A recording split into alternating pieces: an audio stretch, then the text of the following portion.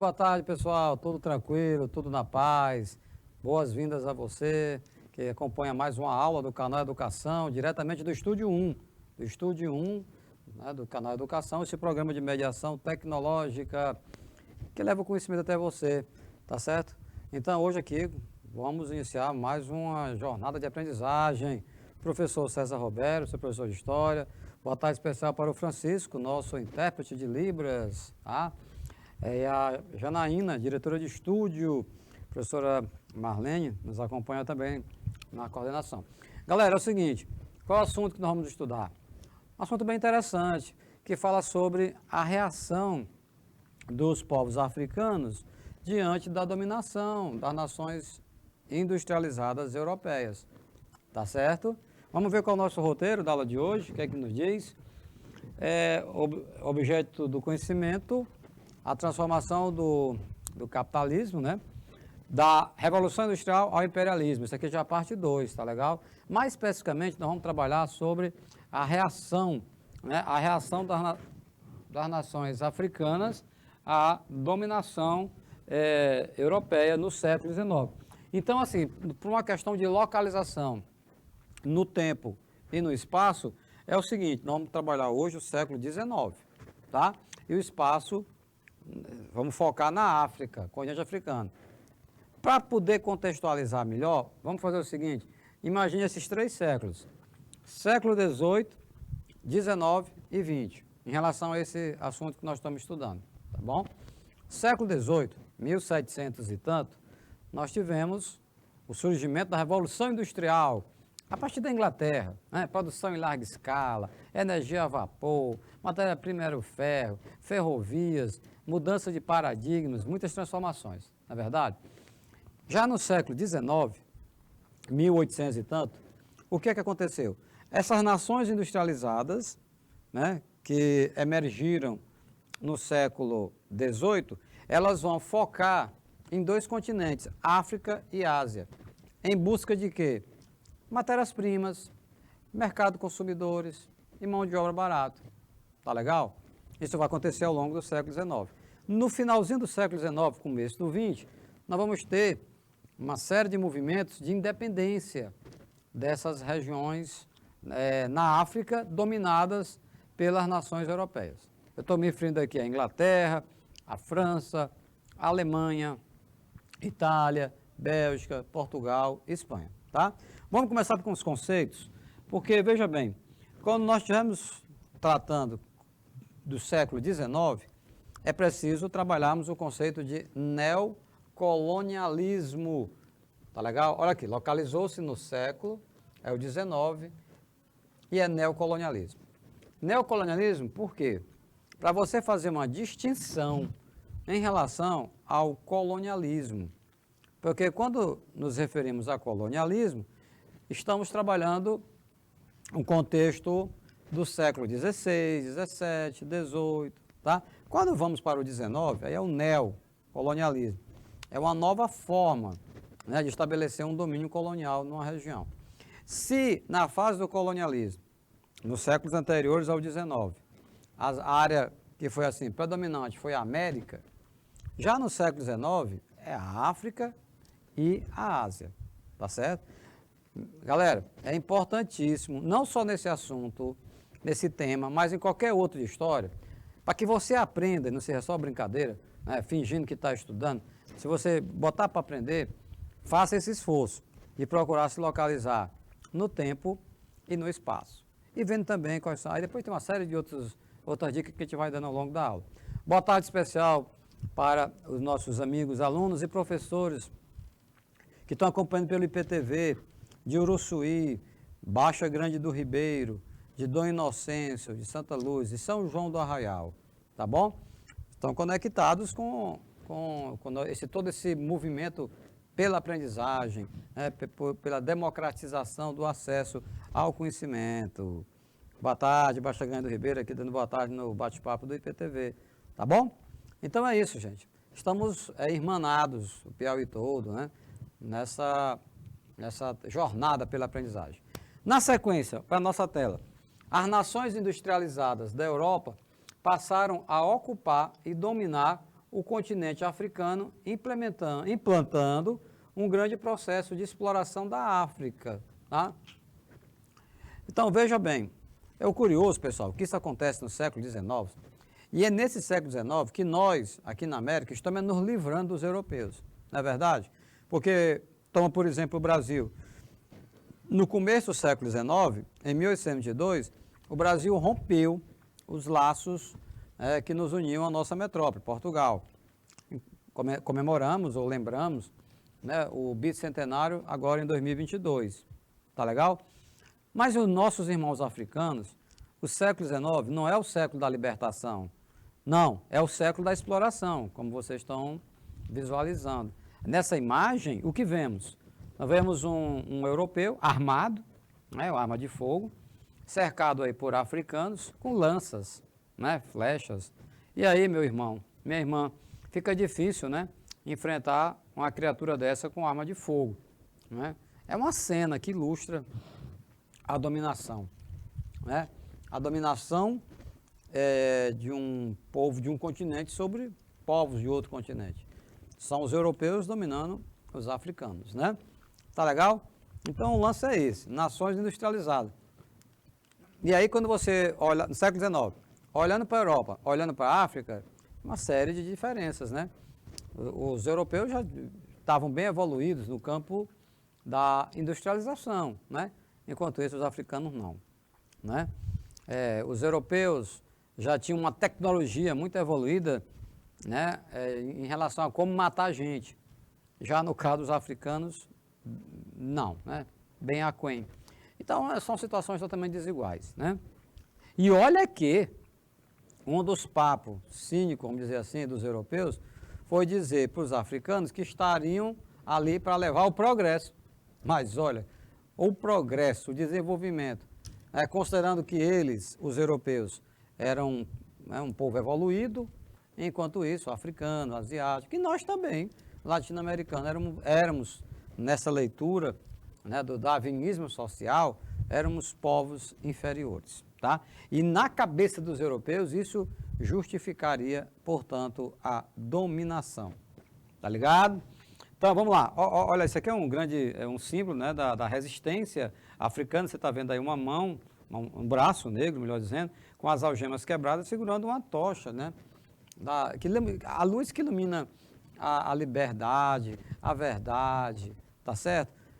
Hoje, na aula de manhã, um aluno lembrou da estátua da liberdade, que tem uma tocha na mão. Isso é uma simbologia, não é? Observada em várias culturas, tá?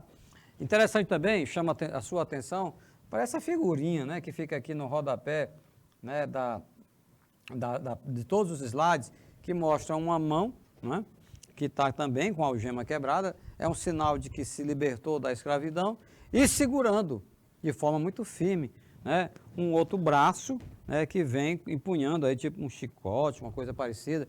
Ou seja, não, meu irmão, acabou, nós já cansamos de sofrimento aqui na África, agora é liberdade. Tá legal? Então, na tela, esse processo está relacionado ao desenvolvimento do capitalismo e encontrou grande resistência em todo o continente africano. Por que é interessante evidenciar essa questão da resistência? Para que você não pense que os africanos aceitaram de forma tranquila, né, séculos de dominação. É lógico que não. Tivemos as reações, porque você sabe que tudo tem um limite, né? Vai aguentando, vai tolerando, mas tem uma hora que explode, não é verdade? Então isso aconteceu também com os povos africanos, né? Depois de muita barbaridade, muita crueldade cometida pelos europeus, houve a reação. Às vezes, pessoal, nós, nas aulas de história, né, que acolá utilizamos uma palavra, alguns termos mais enfáticos, né, mais duro, mas é porque, numa situação como essa, não tem como usar eufemismos, né? Não tem como você procurar minimizar, né, perfumar, vamos dizer assim, uma situação que foi marcada por profunda desigualdade, por profunda crueldade, né, de um povo em relação a outro. Seria muita ingenuidade nossa abordar neocolonialismo de uma forma, digamos assim, sem tocar nesses questionamentos, tá bom? Ok? Então, grava isso, resistência. E como você que é meu aluno, minha aluna sabe, nós sempre procuramos, nas aulas de História Geral, que é o caso hoje, procuramos estabelecer vínculos, relações com a história do Brasil. Né? E assim vamos fazer agora, para que você compreenda melhor, porque você está aqui para aprender, não é verdade?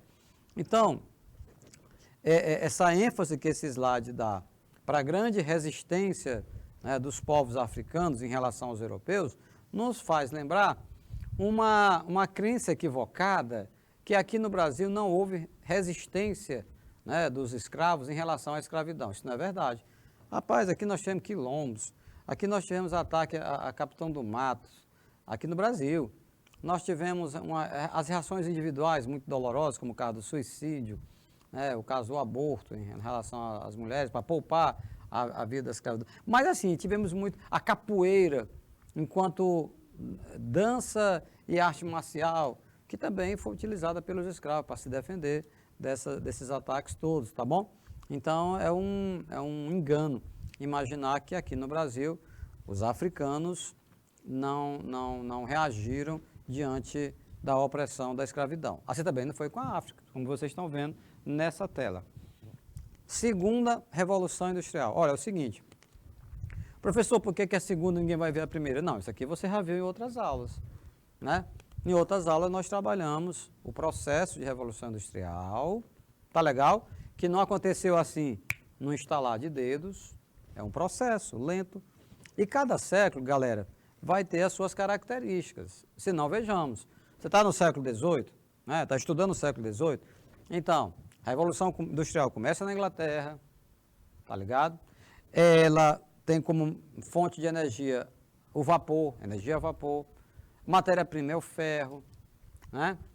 É um período em que paradigmas são quebrados, mas a Revolução Industrial ainda está restrita à Inglaterra. Quando a gente vai para o século XIX, aí a situação, aliás, ainda no século XVIII, ela se expandiu para alguns países europeus, né? Agora, no século XIX, 1800, a Revolução Industrial entra numa segunda fase. E quais são as características da segunda fase, professor? Vai continuar restrito na Inglaterra? Não. Na segunda metade do século XIX, as indústrias europeias passaram por um crescimento agudo em decorrência da utilização das novas formas de energia, galera. Mas que novas formas são essas? Ora, nova forma, energia elétrica, né? Energia elétrica, porque antes era o quê? Energia a vapor. Então, agora não, agora energia. Segunda Revolução Industrial, século XIX? Então vamos lá. Energia elétrica ou então energia que era proporcionada pelos combustíveis fósseis, né, que é a gasolina, o óleo diesel, sobretudo o óleo diesel, né, nas máquinas, tá certo? Então, isso tudo é o quê? Novas fontes de energia. Esse desenvolvimento tecnológico, galera, ficou conhecido como Segunda Revolução Industrial. Segunda Revolução Industrial. Gravou bem? A primeira, século XVIII, Inglaterra. Energia a vapor, matéria-prima, ferro. A segunda Revolução Industrial, século XIX. Se expandiu, saiu da Inglaterra. Foi para a Bélgica, para a Alemanha, para a Itália. Depois vai para o Japão, os Estados Unidos. E a energia? Petróleo e energia elétrica. Tá legal? Então, são essas características da segunda Revolução Industrial. E é exatamente por isso que nós colocamos um slide, né, sobre a segunda Revolução Industrial, porque vai casar com o neocolonialismo no tempo, no século que é o século XIX. Tá certo? Então, você vê essa fotografia de um galpão imenso, né, de uma indústria no século XIX. Destaque para a ausência dos EPIs, dos equipamentos de proteção individual. Aí não tem, você está vendo essa foto? Não tem operário com capacete, com luva, com bota, com coisa nenhuma. Foi preciso, infelizmente, acontecer muitos acidentes, alguns até mesmo fatais, né, para que trabalhadores, pressionando muito mesmo os seus patrões, fosse possível consolidar em leis trabalhistas a questão da utilização de equipamento de proteção individual. Uma consequência direta foi o neocolonialismo. Agora, chamo de novo a sua atenção para a imagem. Você está vendo aqui, quem está pilotando esse carrinho, simpático carrinho. Aqui você vê por essa cartola que ele está usando, que é uma representação do Tio Sam, né, dos Estados Unidos. E aí, veja que o carrinho está escrito Progresso. Eita, Progresso. Progresso na base de quê? Da bala, né?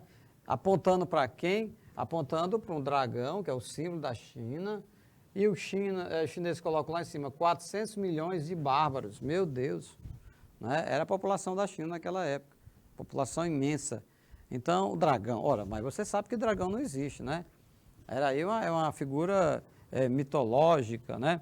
Uma figura mitológica, né? Da cultura asiática, né?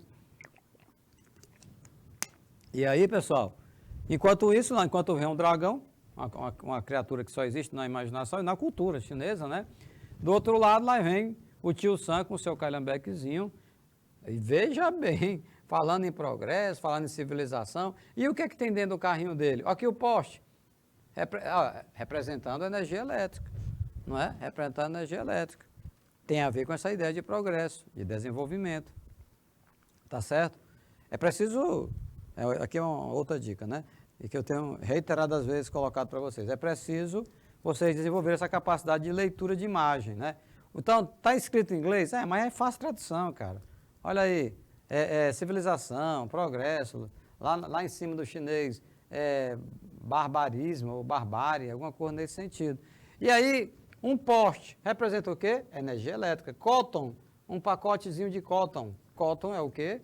É algodão, tá? É difícil tradução. Aliás, não é de difícil tradução, é isso que eu estou querendo dizer. Aí você vê o que mais? Olha só, ferrovias, estou vendo aqui, uma locomotiva, estou vendo tipo um trenzinho, um metrô. Então, meus queridos, é esse o progresso que a galera está levando aí, né? E aí está inserido nesse conceito que já comentamos de neocolonialismo. As nações europeias, para dar suporte ao seu crescimento industrial, elas partiram para a ocupação dos continentes africano e asiático para obter fontes de matérias-primas e novos mercados consumidores. Me permitam bem aqui acrescentar, além de matéria-prima, né? Vamos colocar o seguinte, ó, considerando bem aqui que matéria-prima como né, que eles procuravam, mercados consumidores como 2, mas também procuravam o quê? Procuravam mão de obra barata, tá? Porque um operário, tá? Mão de obra barata, porque eles chegavam com capital, eles chegavam com a tecnologia e os africanos, os asiáticos, eles atuavam como operários, cobrando bem menos do que cobrava um operário nas matrizes dessas multinacionais. E também vamos acrescentar um outro objetivo das nações europeias, era ver a África e a Ásia como áreas de investimento. Ou seja, eles tinham grana, eles podem investir em qualquer lugar do mundo, não é? Então, eles vão optar pela África, né? Por uma região que vai proporcionar o que eles queriam. Aliás, meus queridos, isso aqui está na sua tela porque se trata de África. Mas se você olhar para a América Latina, olhar para o Brasil, a parada é a mesma. As multinacionais vêm atrás de matéria-primas, mercado de consumidores, mão de obra barata e áreas de investimento. Tá legal? Área de investimento. O cara tem muito dinheiro, então ele pode investir em qualquer lugar do mundo, ele vai investir no país que tem infraestrutura, que tenha estrada, que tenha energia, para poder ter um retorno, né, do seu investimento. Essa imagem, mais uma vez, né, recomendo que nós iniciemos o comentário dos slides das nossas aulas, não pelo texto, mas pela gravura. O que vemos? Nós vemos um africano, um gigante, né? Se comparado com esses homenzinhos que estão aí arrodeando ele, né? Já passa uma ideia de quê? De que a África é maior do que os europeus, e de fato é. Né? Você dá uma olhadinha no mapa, né? Você observa, é a olho nu, não precisa de ver escala, né? Algo nesse sentido. Mas, com certeza, o mapa da Europa cabe várias vezes, né? Dentro do mapa da África, né? Só para vocês terem uma ideia, e mais uma vez fazendo um paralelo, vocês sabiam que o mapa de Portugal cabe 92 vezes dentro do mapa do Brasil? Pois é, e Portugal já foi nossa metrópole. Ou seja, nosso território equivale a 92 Portugais. É uma área imensa, né? E houve durante 322 anos, esse Portugalzinho tamanho de nada dominou esse Brasilzão, de 1500 a 1822. Vamos voltar para cá. Aqui você está vendo o quê? Ah, professor, eu estou vendo aqui ao redor uns homenzinhos pequenininhos. Eles representam quem? Ah, eles representam aí, pessoal, digamos que representam os europeus, né? Representam os europeus. E olha a bandeira da Inglaterra, a bandeira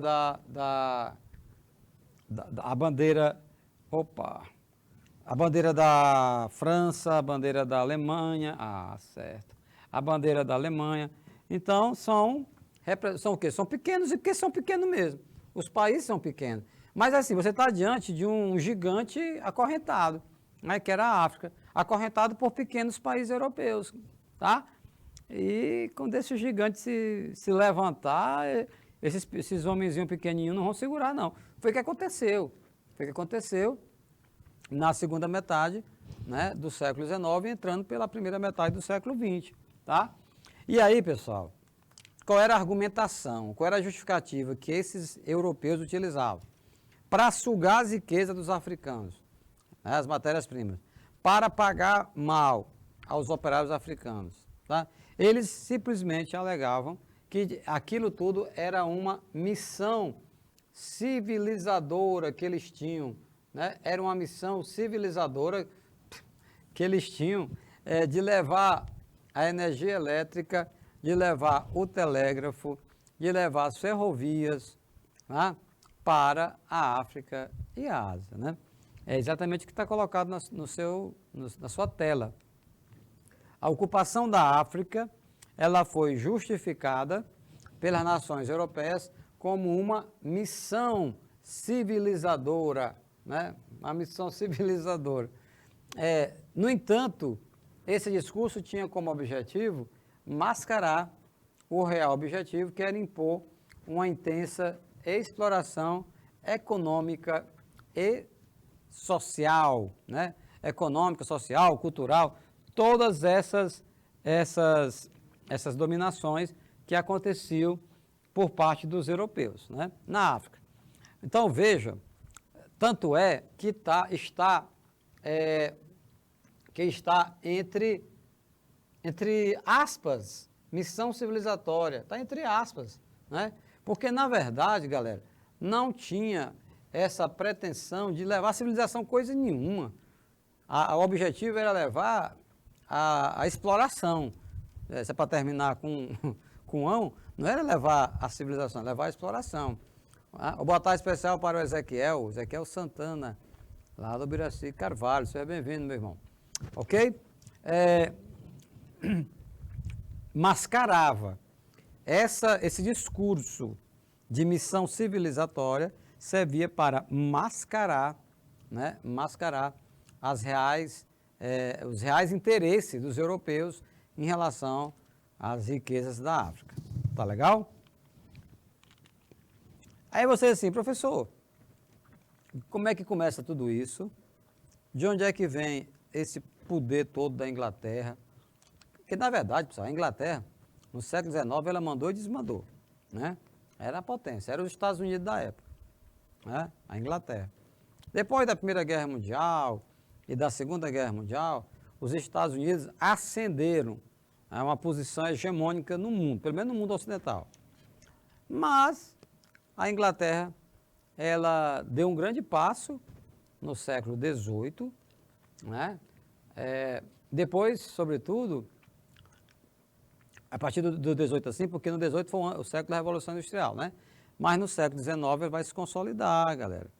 Agora, é preciso mudar algumas posturas da Inglaterra. Por exemplo, tráfico negreiro. O tráfico de escravos africanos passou a ser inconveniente. Mas inconveniente por quê? Passou a ser inconveniente, né? Esse tráfico de escravos, porque estava tirando, galera, estava tirando mão de obra africana que existia nas colônias deles, né? Então, assim, não, nós estamos precisando desse povo aqui na África, não é para levar para os Estados Unidos. Para quê? Por quê? E aí outra coisa, os industriais os comerciantes começaram a entender que se o povo não ganhasse nada, né, não ia consumir nada. Então começou também toda essa movimentação, assalaria ou não, paga salário ou não, quanto é o valor do salário, é toda uma discussão. É bem provável que na Inglaterra, né, em outros países do Ocidente, essa parada foi resolvida, né, sem muitas sequelas, mas em Portugal foi muito difícil. Difícil porque as elites não queriam abrir mão de nada, de nenhum real, né? Então vamos lá. No século XIX, novamente o século XIX, os imperialistas precisavam da mão de obra local em seus empreendimentos africanos. Tá vendo? O cara sai lá da Inglaterra para montar uma empresa na África. Ele diz, não, tudo bem, aqui tem prédio, aqui tem toda a estrutura necessária, mas ele não vai trazer operário da Inglaterra não, meu povo. Lógico que ele vai procurar contratar quem é da própria cidade, né? No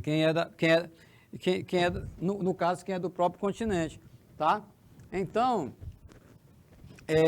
os próprios ingleses, eles vão dizer o seguinte, olha, não compensa essa leva enorme de escravos para o Brasil, para os Estados Unidos, não, essa galera tem que ficar aqui, trabalhando para nós aqui na África mesmo. Então, o contexto era esse.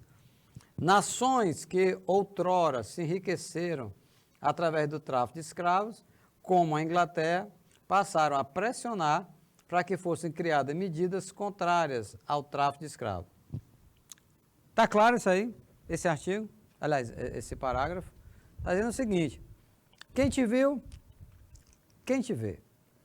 Então, quer dizer que a Inglaterra, que hoje que eu digo século XIX, né?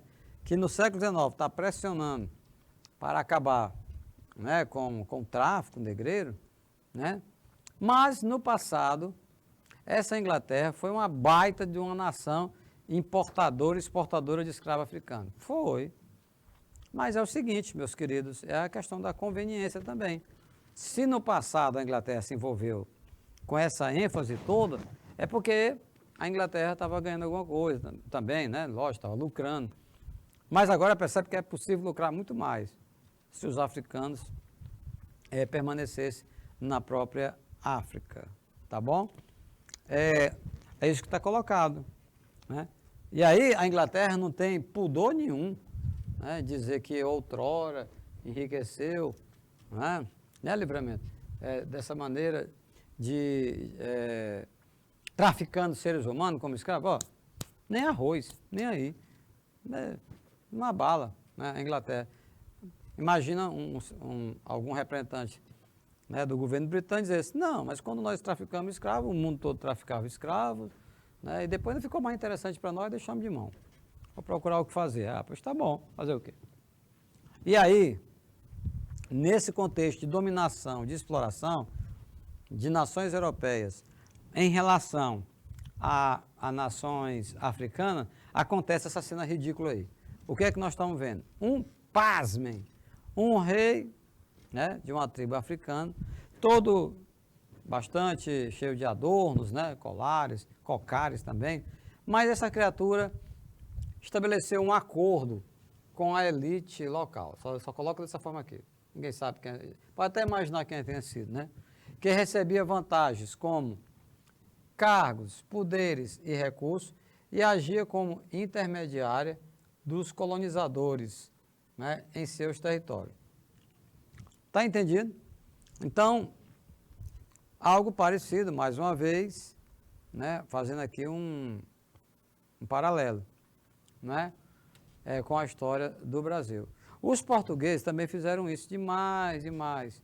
Quando eles sabiam que tinha uma tribo se matando aí, alguma coisa, se digladiando, ele tratava logo de designar alguém para restabelecer, né, o diálogo. Nesse caso, quem vai fazer essa ponte?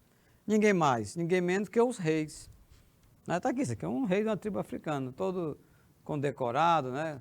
Mas, imagine você também que esse cara é um aliado dos portugueses. Né? Então, você tem até que medir palavras, calcular o que vai falar, não é?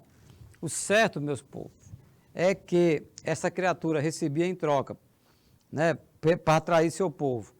Porque aquele, ele está só tendo vantagem para ele. Ele não está, né, auferindo nenhuma vantagem pessoal, né? Mas, de certa maneira, para todo mundo. Mas, assim, aqueles escravos, aqueles que já passaram por esse processo e tudo, já teve aquela conversa toda, seria interessante conversar, né? Seria interessante entender melhor como que uma pessoa, um líder, um rei, está aqui esse caso, um rei africano, ao ser invadido, ao invés de organizar seu povo para uma rebelião, por que não, uma revolta? Não, muitos vão faz o que esse rapaz fez aí, né? Fez acordo para receber o quê? Cargos no governo, né, local, poderes e recursos. Então, é uma estratégia utilizada por quem detém o poder. Vocês sabiam que isso vem desde a época dos romanos? Pois é, os romanos diziam, dividir para dominar. Simples, dividir para dominar. Ou seja, o Império Romano estimulava a intriga, a cisânia, a despeita, né, entre povos, e aí do meio para o fim já estavam se matando. Então, aí a Roma comemorava. Quando via povos tidos como bárbaros por ele, já estarem conversando, dialogando e trocando informações, né? Eu acho que isso é bastante elucidativo. Agora, que é uma estratégia utilizada, vou até fazer aqui uma comparação grosseira. Imagine se, agora aqui é uma viagem, viu? Algo parecido poderia acontecer, Deus o livre, numa invasão alienígena. Olha só, Francisco, aqui é a viagem. Numa invasão alienígena, os extraterrestres procurassem estabelecer acordos, parcerias com governantes locais dos seus respectivos países. E ao invés dessa criatura defender seu povo da dominação, vai contribuir com a dominação como uma espécie de intermediário. Uma comparação assim meia doida, né? Meia maluca, mas para você entender, meu querido, porque lá na África, no século XIX, há 200 anos atrás, aqueles europeus quando chegavam, era quase tido como extraterrestre, porque não fazia parte da cultura deles, mas muito sabido, começaram a procurar, mandar mensagens, né? Mandar mensagem para esses reis, mandar emissários. É possível conversar, tal. E aí do meio por fim vieram o golpe. Era contar com o apoio desses chefes, desses reis africanos para estabelecer seus domínios, ok? Conferência de Berlim no ano de 1885. Como você sabe, Berlim fica Berlim fica na Alemanha, né? Mas na Alemanha isso levou um tempo para acontecer. E qual era o objetivo da Conferência de Berlim, hein, galera? O objetivo da Conferência de Berlim era exatamente procurar chegar a um acordo, um entendimento entre as nações europeias que tinham colônias na África, né? Então você veja que eles estavam perto de já começar uma guerra quando eles resolvem se unir, né? Na chamada Conferência de Berlim de 1885, finalzinho do século XIX. Aqui tem um grande problema, viu, pessoal? Eu vou combinar, eu vou logo comentar com vocês. Qual um grande problema que vai ter sequela? A Alemanha, ela só começa a existir enquanto país, da forma como nós conhecemos hoje, né?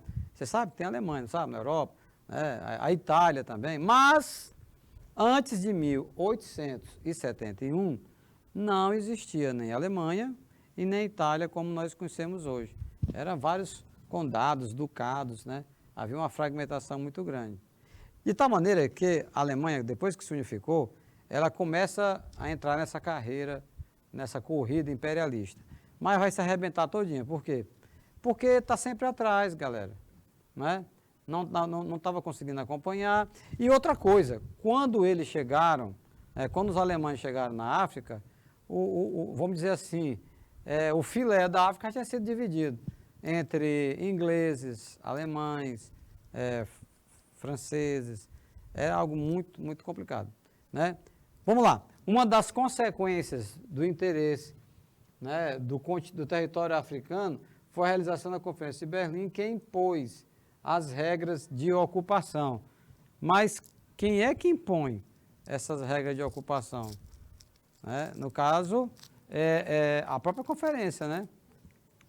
Após a Conferência de Berlim, quase todo o continente africano havia sido ocupado, com exceção da Libéria e da Etiópia. Da Libéria e da Etiópia. Tá bom?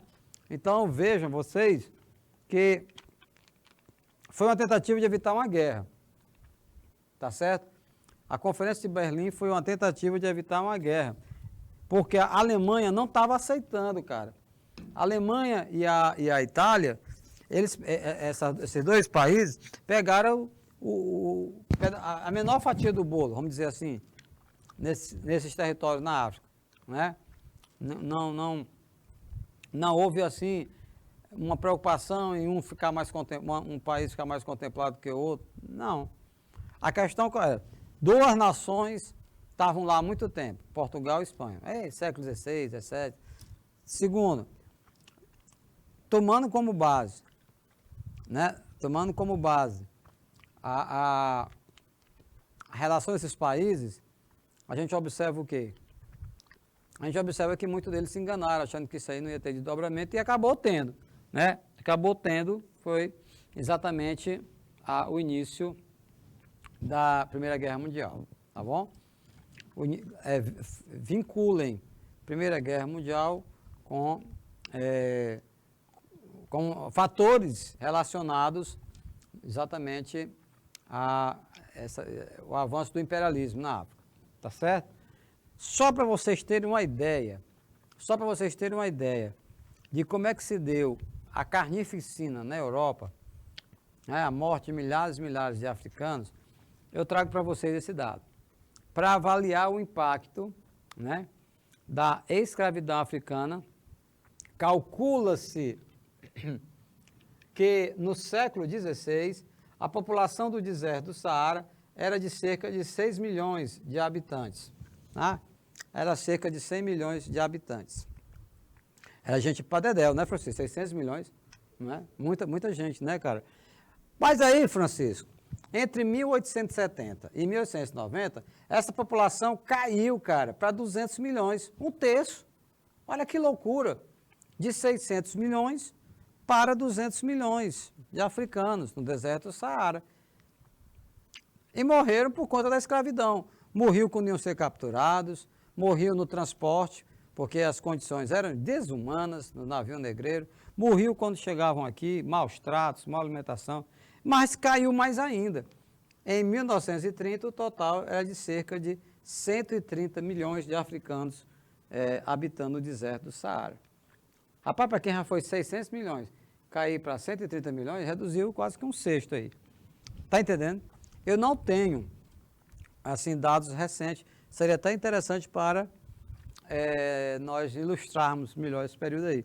Mas já dá para você ter uma noção de como é que caiu de 600 milhões para 130 milhões a população de africanos no deserto do Saara. Né? É uma estimativa, você sabe, porque não existem dados precisos, exatos, em relação a esses povos. Tá legal? Resistência africana. ao imperialismo. Olha aí, a civilização, entre aspas, com arma de fogo e a barbaridade, né? A barbárie, melhor dizendo, lutando com arcos, lanças e flechas. Ah, meu amigo, é desigual. Aí, Andressa Silva, boa tarde. Reginaira Rodrigues, boa tarde, boa tarde. Nós estamos falando agora sobre a resistência africana ao escravismo. Tá legal? E aí, meus queridos, vamos entender isso? A ocupação do continente africano pelas nações europeias não aconteceu pacificamente. Não aconteceu pacificamente. Então, eu queria também lembrar para vocês que muito que está colocado, né, nesses slides aqui que nós estamos trabalhando, é até mesmo para poder fazer um questionamento em relação à forma, né, como esse conteúdo é trabalhado em sala de aula. Né? Por quê? É bem provável que quando o autor colocou essa citação, ele esteja se referindo à preocupação dele no sentido de não perpetuar uma ideia, né, de que os africanos aceitaram resignadamente o sofrimento, não reagiram, não disseram nada. Não é bem isso não, né? Não é bem isso que nós estamos falando não, porque o que teve muito foi reação dos africanos.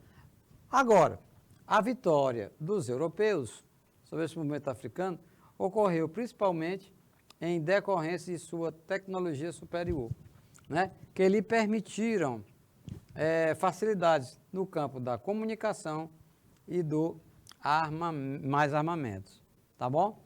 Então, a questão é essa, né? Não é que tinha preocupações, digamos assim, benevolentes de levar a civilização, coisa nenhuma, tá? Então, teve muita reação também para vários africanos. Olha essa imagem. Rapaz, aí parece um formigueiro de gente. Ninguém entende ninguém, mas você observa que é de um confronto, né? É um dos exemplos de resistência dos povos africanos. A guerrilha dos berberes. Essa guerrilha, galera, ela foi pesada, viu? Ela aconteceu contra 1.000 franceses invasores na Argélia entre 34, né, e 1807. Contra os 100.000 franceses invasores na Argélia. Né? Bom, é o que está acontecendo. Né? A África começa a dizer não. E os africanos começaram a se organizar, né, para poderem reagir. Né? Reagir a quem? Reagir ao imperialismo. E eu trago para vocês esta jovem, né, o conhecimento dessa jovem. Lhe apresentar aí o nome dela, Iar Acetuá. Ela é uma rainha, era, né, uma rainha, lá na região da Costa do Ouro, ou então, atual Gana. Ela liderou, cara, ó, liderada pela rainha, né, Iar Acetuá. Terminou com milhares de mortos e presos em 1896. Não conseguiu lograr o êxito, né, que esperava, mas de qualquer maneira cumpriu um papel importantíssimo, né, no sentido daqueles que defendem a causa, né, da ligação com esse momento, né? Então, a rebelião Ashanti, pessoal, ela acabou resultando na morte de milhares, né? Milhares de pessoas que lutaram. E no finalzinho do século XIX, chamo sua atenção para isso, 1896, né? Nós não temos, lamentavelmente, eu não consegui encontrar para compor a aula, né, alguma imagem da própria Iar Acetuá, no sentido, né, de divulgar o nome, a história dela, o papel dela da independência de Gana. Né? Mas, de qualquer maneira, fica aí um registro. E o Egito, hein, galera? O Egito, como é que foi? Rapaz, o Egito foi um problema sério. Né? Na década de 1880, faz tempo, o Egito possuía um governo alinhado com os interesses otomanos, dos turcos, é um império que nem existe mais, o Império Turco-Otomano, e também com os interesses dos britânicos, né? Esse pensamento estava alinhado. Como está colocado no texto, né? Os turcos e os britânicos. O governo liderado pelo Khedive, né? O governante instituído pelos otomanos,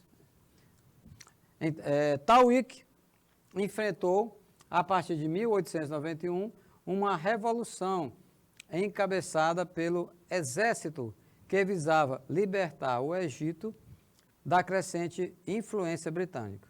Tá? Esse movimento ficou conhecido como a Revolução Urabista, né? E foi liderada pelo coronel Hamad Urabi. Tá bom? Então tá aí o nome do movimento, Revolução Urabista. Por que Urabista? Porque tem a ver com o nome da liderança, né? É o coronel Hamad Urabi. Até que esse é de fácil pronúncia, mas tem um amigo nosso lá de Madagascar que complica. Mas, ok? Então o Egito também tá se movimentando, cara, para se libertar de judeus, né? No caso dos britânicos, né? Perdão, dos otomanos, dos turcos otomanos e dos britânicos. Né? Agora lutar contra a Inglaterra é difícil, né, pessoal? Porque a Inglaterra é armada até os dentes. Né? Era muito, muito complicado. Esse movimento conseguiu destituir o Khedive Tawfik. Os britânicos invadiram o Egito no ano de 1882. Atacaram a cidade de Alexandria e derrubaram o movimento liderado por Urabi.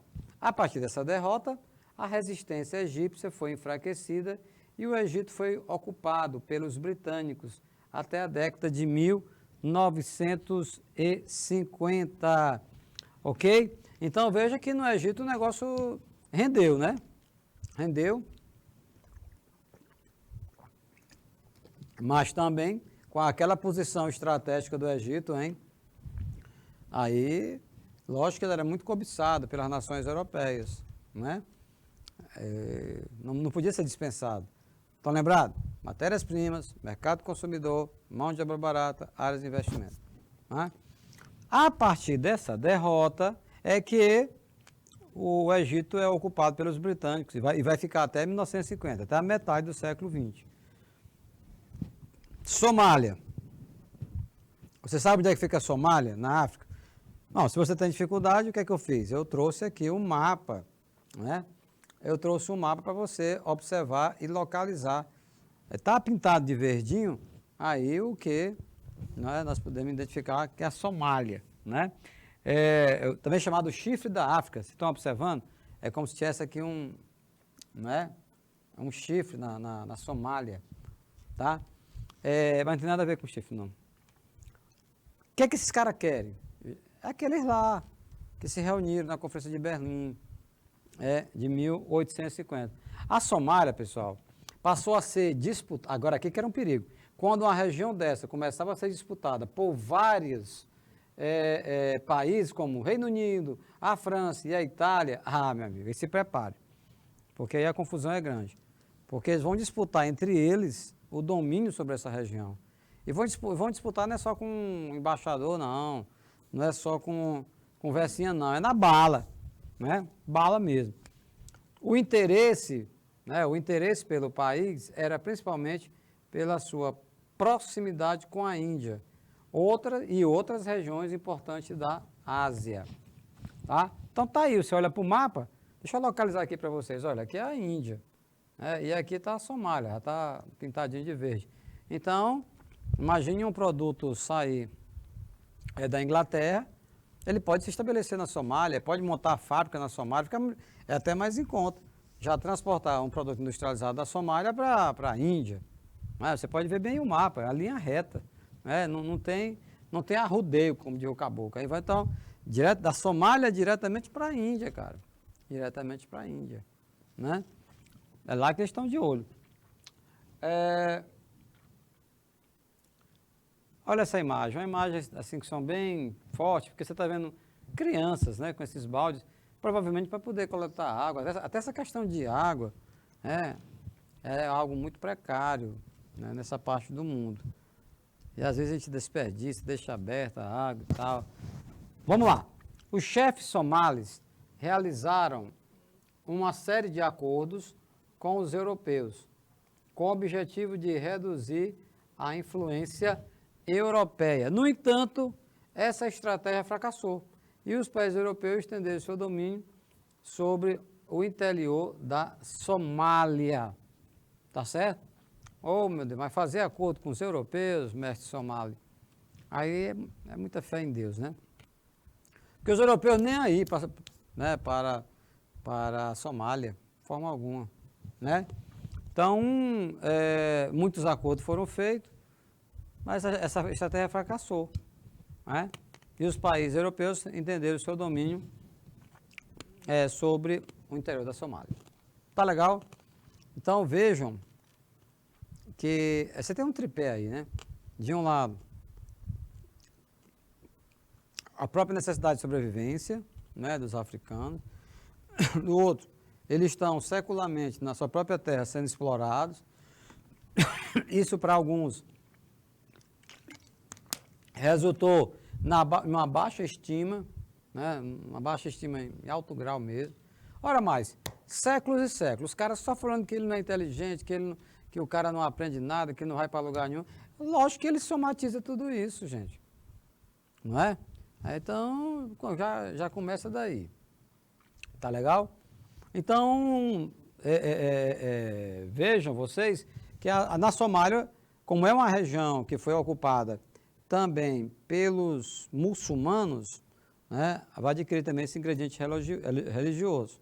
Tempos depois, um movimento de resistência relacionado com o conceito de jihad, que quer dizer Guerra Santa do Islã, surgiu sob a liderança de Said Mohammed Abdullah Hassan.